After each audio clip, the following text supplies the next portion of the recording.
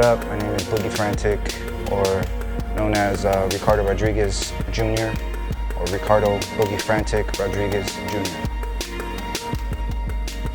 Being diverse as a dancer to me is extremely important because, I mean, you can be awesome at one style, you can be great, you can, be the #1 popper, the #1 b-boy, but I feel as a dancer, if you want to continue, basically getting jobs, it's dope that if you're open-minded and open to do other styles, because there is people with certain looks that get hired because they look a certain way, and then they also don't get hired because they have the looks but they don't have the skills to back it up. And to me, I feel like because we are performers, we are athletes, we should be able to accustom ourselves to learning specific styles. We have amazing talented performers like Bionic who can go on tour, Lady Beast, you have J Smooth, J Rock. You have dope people that I've seen grow up and I've grown up to watch, and they're working consistently, they're on tours, they're in big Vegas shows, and sometimes you just gotta learn to adapt to your surroundings. It's actually a process. Like, there's times where I've literally planned just the day of, you know what, let's go enter this battle and go have some fun. Usually in most cases, the fun is the most important, and I feel like you know what, I'm not worried about the win, I'm not worried about the loss, I'm just worried about, expressing myself in the purest way. I just want to be able to be free and not stress about making that money or the win or whatever it is. There's times where I've entered battles, I didn't even know what the winnings were, and it was just here's $50, oh, that's cool, I appreciate it, but it's just more it's just for myself. I'm not winning to smoke everybody in the world. I'm just winning, or I'm just entering because I just want to have fun and just do what I do. But there is let's say for instance the UK champs, knowing that for 2014, Sony UK B-Boy Championships. I planned this, I knew about Step Your Game Up. I knew if I win Step Your Game Up, I win a trip to the UK champs, and that's what I pushed for. So I started doing a different type of training. I ended up going into CrossFit January of 2014. And I was like, let me try it out. Let me see if it really does help me out. I love to do powerlifting, and I love to just be strong, and if I can learn how to do things correctly and keep my endurance, my well-being to a high level, then it's possible for me to push my popping to the next level. And so that's what I trained for. And there were times where I lost focus and I wasn't worried about Step Your Game Up, but it was 2 months prior when I finally decided to put my game face on and say, you know what, I want to go to UK champs. I want to go to UK champs. And there was times where I'm hitting sets and hitting reps and I'm done. My body is just telling me I can't.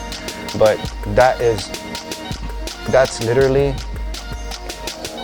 what helped me overcome my mental challenges. What people usually have when they say, oh, how do you stay motivated when you're dancing? There's times where I'm just I don't want to hear this. Honestly, it's you have to learn to overcome that. And there's times where my body, my brain is telling me, I can't do this lift, I can't lift this much, I can't push this weight, and I'm done. 20 minutes in, I'm dying, I'm laying on the ground, I have a pile of sweat underneath me, but I completed whatever I could, and I didn't stop. I didn't let go. I didn't quit. I didn't go get a drink of water. I just literally pushed myself to that limit, and that was the mental challenge that I had to overcome when it came with, a battling or competitive nature, bringing that competitive nature out of me. So I feel that's kind of the mentality I have now. It's all right, I'm gonna train for this. If I know I didn't train hard enough, then I know I have to go with my basic experiences. So there's always the steps. If my endurance and my stamina, my ability, and my conditioning is all 100, then I know it's just about strategy. But if I know my conditioning and everything else isn't up to par with what I want it to be, then I know I have to build a strategy based off of that and say okay, let me lay low on the hard hitting and just kind of dance it out a little bit more and see if that'll overcome, you know, that type of training that I lacked on for this past month or something like that. So these are like how I plan for an event. And when I won Step Your Game Up, it was like, wow, you know, like I really pushed myself to that level. You know, I even had my foam roller there. I was like kind of not necessarily focused on stretching out, but I knew it was just an organized competition. It's an organized showcase, and it's just a competition. It's not a real battle. But going against Breeze Lee was like a push, because I even told him, like, yo, let's do CrossFit together, man. Like, let's join. Let's help each other out, you know?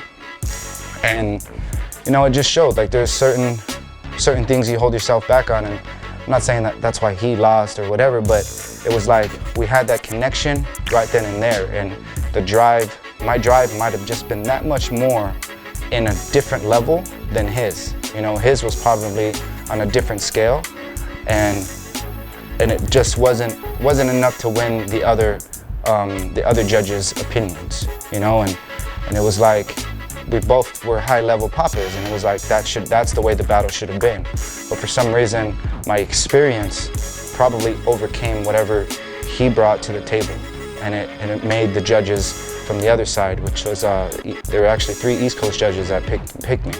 So, which is crazy because the 2 West Coast judges actually picked him. So I was like, oh word, you know. But that told me, like, okay, so I didn't do enough to get them to choose me. So what should I work on, you know? And I didn't ask them. I didn't have to ask them. I didn't want to go up there and be like, hey man, you know, is there anything I can work on? And, you know, what do you, like, no, I'm not gonna waste their time doing that. Like, I know what it was that I was lacking, you know, and so I had to regroup, and I said, okay, well, come UK champs, that's not gonna be this situation. I'm not gonna be in this situation. So, however, I went to China, and that's kind of like threw my conditioning down, because out there the air quality is really bad. Everybody smokes, and unfortunately I have scarred lung tissue, and that kind of put me back a little bit when I came back to the States, because it only gave me a few weeks to train. So I had to put my motivation to full throttle. Even though I didn't want to wake up and go training in the morning, I had to do it. I got up, I foam rolled, made my shake, took a shower, boom, hit CrossFit, came down, came back, showered up, stretched out. Like, that was just my focus. Like, stay limber, stay focused, stay able. And then I got hit with that situation where, you know, I couldn't go to the UK champs. I was like, damn, I was so bummed out. But I looked at Freestyle Session 2014 and said, you know what? It's gonna be a 7 to smoke. This is basically what I've been training for. I've been training my endurance, I've been training my body to be 100%. So in that process, I ended up buying an elevation mask to kind of help my breathing, so that I can just focus on just my breathing and all that. And boom, like during my stretching, I put it on. During a few exercises, I would have it on. And it wasn't about me popping with it on, but it did help when I did put it on, and I could hear myself breathing, and I can feel my waves a little bit more, my feeling and my hits. Like, I wasn't focused on hitting and waving, I was focused on breathing. Everything else was just like second nature, you know what I'm saying? So when I did 7 to smoke, when I finally got up to that part, like, I'm sitting in my motel, like, people are at the beach, people are getting drunk, people are doing that, but I'm sitting in my motel and I'm stretching. I'm making sure my body feels right. I'm making sure my mind is connected to my body. I'm making sure that my focus and everything is on just competition. Not win, lose, or draw, just competing and doing what I can and doing the most of what I can for that day. Like, pushing myself and keeping that motivation alive. So, come 7 to smoke, my first 3 rounds, I noticed I was kind of going like head to head with everybody, and I was like, all right, I'm gonna go ahead and I'm gonna battle you. I'm gonna look at you even while you're dancing, and my eyes and everything, I'm gonna try to throw you off focus. But when it came to my 3rd round, I started noticing that I was starting to get a little tired. And I was like, okay, what am I doing? What am I not doing? And I'm watching the opponent dance, and it wasn't until they called her for the win that made me understand, oh, damn. I gotta rethink about my little game plan that I had, you know, and so I did. I was like, okay, Next time I come up, I'm not gonna worry about what the other dancers are doing. I'm not even gonna look at them. I'm gonna focus on me and just maintain my breathing, listen to my body, tell my body you're still young, you're still alive, you're still okay. We're gonna get through this, we're gonna get through this. Like push yourself. And I have to be honest, like the last round against Day Day, like she's good at battling because she got me to smile. And that's obviously part of the game plan when you want to break somebody's focus and concentration. You want to bring them into your world and suck them in. So I remember that. She gave me a smile and I was like, all right, I smiled back. And I was like, all right, I gave you a smile, that's it.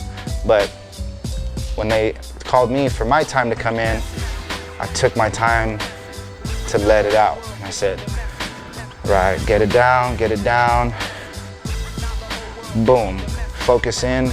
And all I did was basically just dance. And that was it. It wasn't about hitting hard. It wasn't about waving in detail. It was just like, I'm just gonna go out there and have some fun, man.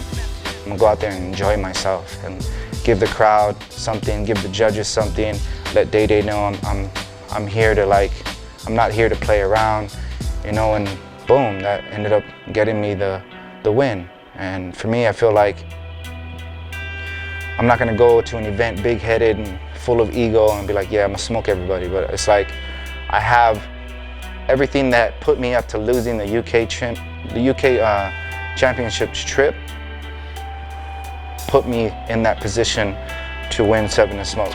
And I feel like that's a part of a battle mentality. When you actually can train for a whole year and focus on just competing and not necessarily the win, then you win. You know what I'm saying? Like even if you lost, you know you did your 100% and there's people hitting you up saying, nah man, you smoked him, dude. Like you should have won that, you know, like you win. Just because you take the L in the competition doesn't mean you lose in life, you know? And I've had plenty of that where I've lost and I was like, you know, it's the judge's decision. Like I can't really like hold it against them. They like them more, so be it. You know what I mean? I'm not gonna let it get to me. It's not gonna bother me anymore, but that's experience. The advice I have for the next generation poppers is honestly like, don't overthink everything. Learn to go out, learn to have sessions and not necessarily think of it as like a forced practice session or, you know, just don't overthink it, you know. And I look at originals, look at OGs, and I'm like, man, like you used to just go to parties and kill it. Like you went to parties, you didn't go to sessions, you didn't have practices. You might have had like a few practices in your backyard, but it was to perfect your moves. Now, it's a different game plan. Because in the 90s, in my generation, you had to be a triple threat. You know, you pretty much had to know like the elements of hip hop, like all elements of hip hop. And I feel like that is hugely important to understand when it comes to being a street dancer. Like, I'm not a funk styles generation popper. And I'll tell any OG that. I'm not a funk style generation popper. You know what I'm saying? Like, you have to let it seep in for a second. Like, I wasn't born in the 70s. I was born in the early 80s. That means I was a baby in the early 80s when popping became where it was. But in the 90s is when I started to really focus on popping. And it was thanks to hip hop, thanks to hip hop culture. It wasn't funk style culture, it wasn't funk culture. It was thanks to hip hop culture. You had lockers, you had poppers, you had b-boys, you had graph writers, you had MCs, you had beatboxers. You know what I'm saying? Like you had the elements of hip hop. So to tell me like, oh, this is funk styles, and then you can have that. But there's a different generation coming up, and it's like about unifying, bringing it together. Stop being so isolated. Stop having your head this size and not connecting to the next person next to you. Like, you know what I'm saying? And you're pushing away all these young cats because you guys are so and you're stuck in your bubble. And it's like, you have to get out of that. You have to adapt to what is today. Just learn to accept it. You are not gonna get what you expect to get. it's not gonna happen. This is just a part of like growing with the culture. Eventually your name will be up there, eventually. But if you're begging people to have you up there, you're not gonna be up there. And all these young cats, all these young generation poppers, you're freaking them out, you're scaring them. They're not motivated to do what you do because the way you act. And that's just that, you know? So honestly, to you young poppers, like, don't get discouraged, man. Like, understand that there was a big struggle in this, that these OGs are like that because of their struggles, of what they've been through, you know? And to me, that just, you have to kind of understand that the music where this came from was always about partying and having a good time and coming together and doing that. I know that trap music and EDM music and all that is a part of what's today's party culture, but sometimes you have to experience that, and I can't deny that. I'm sorry, like, I cannot deny that. You know, sometimes you have to have a party in order to understand what it's like to dance with the guy, to dance with the girl, to have that unification of like what men and women are here for in this world. There's so much of humans in this earth that it's gonna happen. But if you go to a party, you go to your friend's party, and you don't mess yourself up mentally by doing drugs, by drinking, by doing things you shouldn't be doing, then your focus is just on building with one another and having that kind of party environment, which is what it is. And it's just kind of connecting, you know? And I've been to raves where it's like, I mean, mind you, half the people are probably high, but there's a DJ letting people know, and this is before all this thing became famous, where DJs were just touching knobs and not doing anything, but where DJs will let people know, you ready? Is everybody ready? Just like guitar and rock stars. Guitar, look at rock concerts. They let them know, are you guys ready? You guys ready for this? It's gonna go down? Metal concerts, rap concerts, everybody knows. You put the hand up, you let them know, boom, the drop comes in. Why is it that this sound moves thousands, millions of people, and then it's like waves of energy? If you're not connecting to that, you're not connecting to what it is to have a good time when listening to music. And I feel that that's what's missing right now, and that's why a lot of these kids are kind of like, well, we don't know, and it's like, it's an age of education, which is awesome, because it's like everybody's so up to par with electronics, you know, your mobile devices, YouTube, all these apps and stuff like that. But it's like, sometimes you do gotta put it down, face down, and just connect to the people around you. You can all watch a video together, but why is it you all can't dance together and build that kind of party environment? Why is it that Robot Prince has an ill-ass solo on Soul Train and you don't? And it's because you're sitting there wasting your time watching it when you should be creating it for yourself. I think that's where a lot of us in the 90s generation are kind of blessed with, because we're allowed, we remember that, and we know, okay, we're not the age of electronics, we're the age of, you know, that last Y2K generation, you know, like the ones who started this all, who helped this electronic age evolve. But we're living in this culture, like we are really living in this culture, and we are really about it. And if you're from the 90s and you say you're not about hip hop and you're about funk, then that's on you, man. But I'll be honest with you, like I'm about unifying these elements. And I feel like the more that we get involved with that, and there's like B-boys who even forgot that. We're letting this go. We're in a, like, I don't know, like you have B-boys winning 10 G's and poppers winning $1 grand. Like, there's something wrong. There's something we're not doing. There's something not evolving. And for me, going back to the advice to the young generation poppers, like, stay active, stay athletic, push your limits. Like, not only learn how to pop, but learn how to mix in different elements with your popping, so that you're not just stuck on the 1-2. You're able to do lifts, and if you're in a ballet, and still be able to throw a wave and hit slow motion. Like, these are There's so many open doors now for us, and there's so much more we can do. You know, so keep pushing yourself, keep motivated. Don't let anything discourage you. You know what I'm saying? And learn how to have fun with it. Don't just geek out on it, you know, and if you don't know what I'm talking about, research it. It's out there, trust me. Parties are out there. Connecting with people, you know, there's a lot of cats I know that don't drink or don't do drugs, and they're just like, they're still at raves, they're still going and having a good time and hanging out, you know what I'm saying? Like, I used to have fans at raves. I used to go to raves and there were people literally looking for our circle, like, oh, there he is. And they're bumping their friends, like, yo, check this guy out. And they would just sit there and trip out on you. Like, that's a part of what we do. You know, that's a part of it. You have fans, trust me. Your starts with your family and then goes to your friends, and from your friends, it's their friends, and from them, it's the world. Like, you have the ability to take over the world with just your dance.